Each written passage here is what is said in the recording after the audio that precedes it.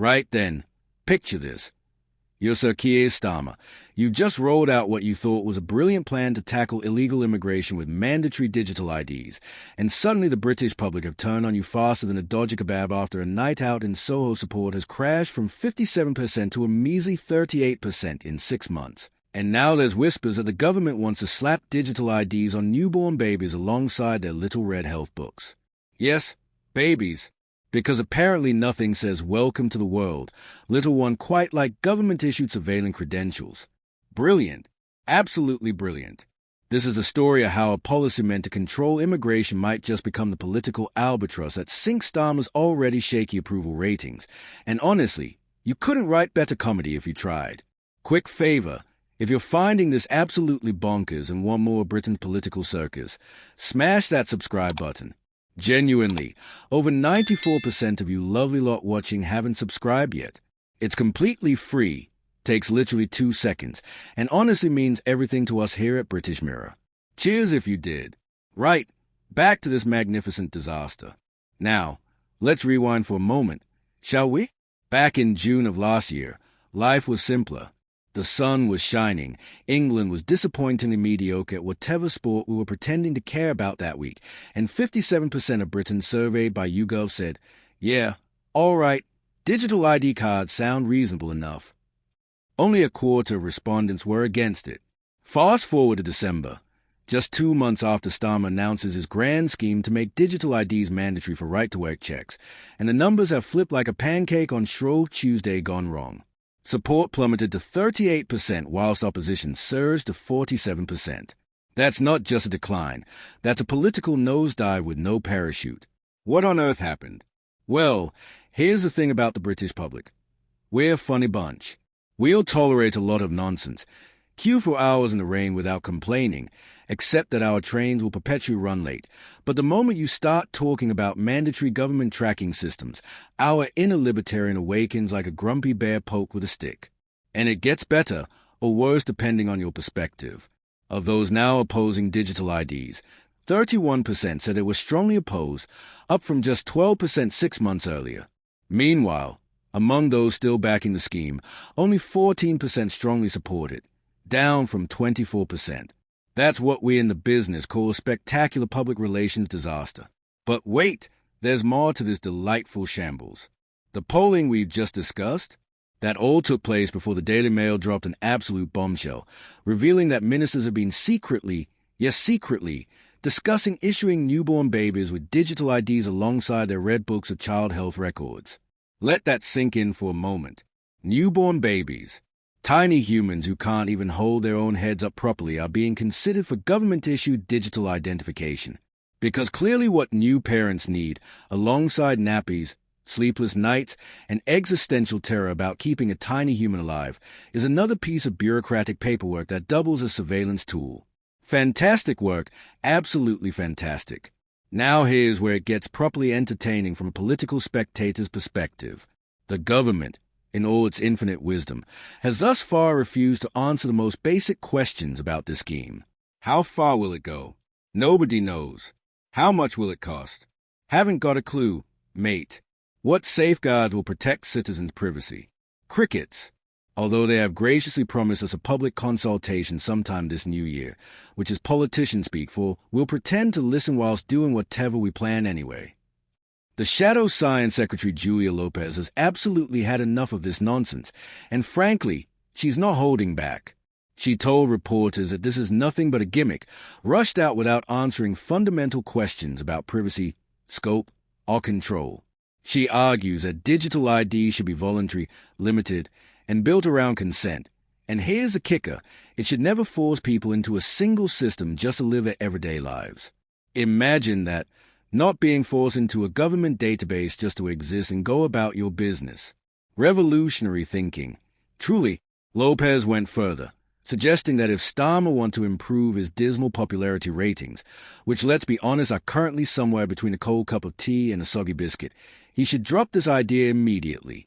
Because voters don't want a government-issued digital pass for daily life, and they certainly don't trust Labour to keep it within reasonable bounds once it's built. She's got a point, hasn't she? Once you created a massive centralized database linking everyone's identity to their daily activities, the temptation for future governments to expand its use becomes irresistible. It's like giving a toddler a biscuit and expecting them not to ask for the entire packet. Today it's right-to-work checks.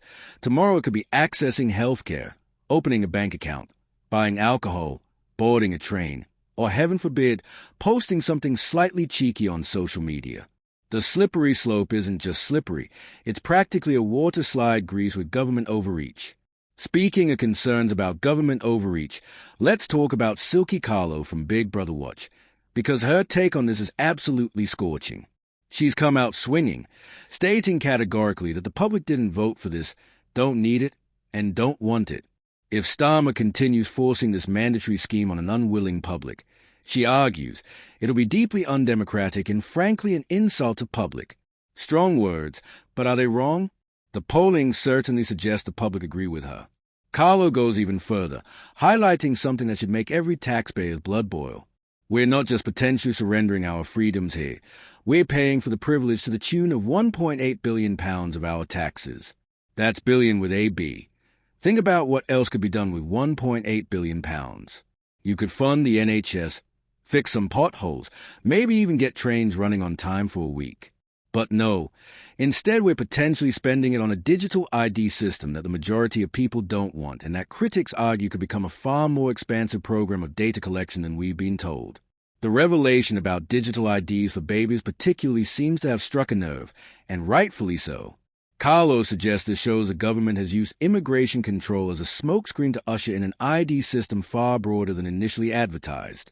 Immigration was a Trojan horse, if you will, and now we're discovering there's a whole surveillance apparatus hiding inside. She's vowed that Big Brother Watch will fight tooth and nail to stop this scheme, and given the shifting public opinion, they might just have the momentum behind them. This is about public psychology, not just economics. Even if objective conditions improve, people's subjective feelings of pessimism, frustration, and anger are deeply entrenched and won't shift quickly. And those feelings are what drive voting behavior and political outcomes. Preston continues, and when things do get better economically, it takes time for people to feel that in their pockets and feel that psychologically optimism is hard to instill. So whoever's in power, whoever's in has got a very tough job on their hands, and Keir Starmer is not the right man. That last sentence is a killer. Even if the job is incredibly difficult, even if anyone would struggle, Starmer specifically is not the right man for it. Someone else might succeed or at least have a chance. Starmer doesn't. Preston's formal prediction is emphatic. My prediction is Keir Starmer goes, absolutely. I thought he would be gone by the end of 2025. And I have to confess, I did put a small £10 bet on that, which hasn't worked. I've now officially lost 10 quid. The fact that he actually bet money on Starmer being gone by end of 2025 shows this isn't just punditry. Preston was confident enough to wager on it. He was wrong on timing, but maintains his right on the ultimate outcome. I think most people feel that he will be gone. Most people don't think it's certain. I think it's almost certain he has to go. The football manager analogy Preston uses is perfect and devastating. Labour cannot improve. It's like a football manager when the club is at the bottom of the league. 3/4 of the season have gone, and your only chance now is to change leadership. You swap managers. This captures the logic of leadership change when recovery under current management seems impossible. You're not necessarily sacking the manager because they are bad. You're sacking them because the situation is beyond salvaging under their leadership, and only change offers hope.